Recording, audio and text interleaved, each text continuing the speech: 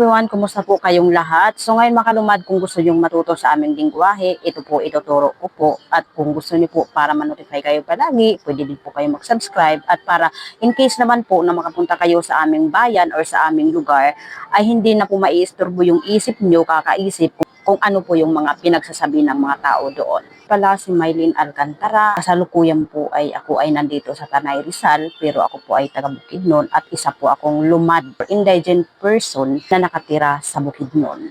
At ito po pala ang 7 tribo na nasa Bukidnon. Una po, Bukidnon. Pangalawa, Higaunon. Pangatlo, Talaande. Pang-apat, Matigsalog. Pang-5, Iguhanon. Pang-6, Umayamnon. At pang-7, Manubo. 7 tribo, kami po ay isang Talaanding naman. Para po maintindihan niyo ang ating sasabihin, simulan na po natin. Magsisimula po tayo sa lingwahe na saan ka pupunta. So sa amin po, ang saan, aghindo, pupunta, paynoon, or payanaon. So iba-iba po yung lingwahe na maririnig niyo kapag sinasabi nilang saan ka pupunta.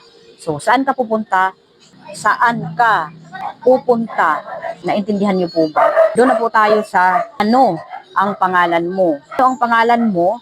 So sa amin po ay ang ano ay Ino. At ang pangalan mo ay ngaran mo. Meron din po ang iba na salita, ngadan.